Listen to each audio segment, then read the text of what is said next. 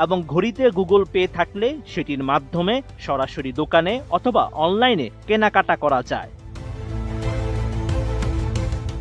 Google pay একটি digital wallet হিসেবেও কাজ করে। কোথায়, কোন জায়গায়, কবে, কিসে পেমেন্ট করা হয়েছে তার সব তথ্যই এখানে নিরাপদভাবে সংরক্ষণ করে রাখা যায়। এই ওয়ালেটে রাখা যায় payment card, loyalty card, gift card এবং টিকিটের তথ্য, যা প্রয়োজনে সহজে ব্যবহার করা যায়।